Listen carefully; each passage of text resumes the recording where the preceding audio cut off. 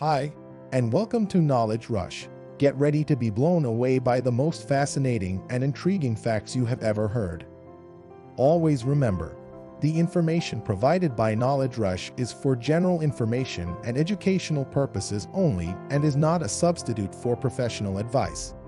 What would happen if all gut bacteria were eliminated?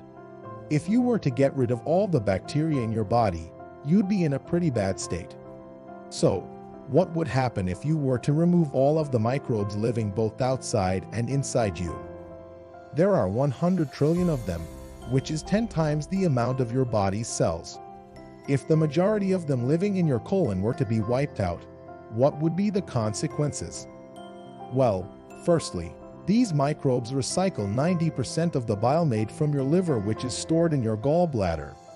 This means that you would no longer be able to absorb vitamins A, D, E, K1, K2, or omega-3 fatty acids.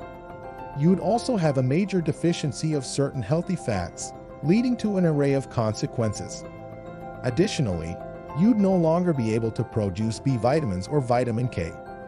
The microbes also help to turn fiber from your diet into butyrate, which helps regulate blood sugar and feed colon cells. Your immune system would be greatly weakened as it largely relies on the microbes in your gut to defend against pathogens.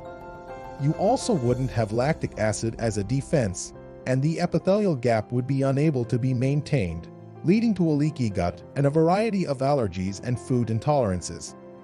A neurotransmitter deficiency would occur, as 90% of serotonin is made by these microbes.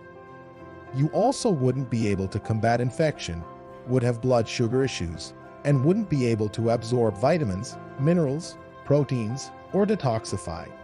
I hope you enjoyed this video. Thank you for watching, and remember to like, share, and subscribe to the channel.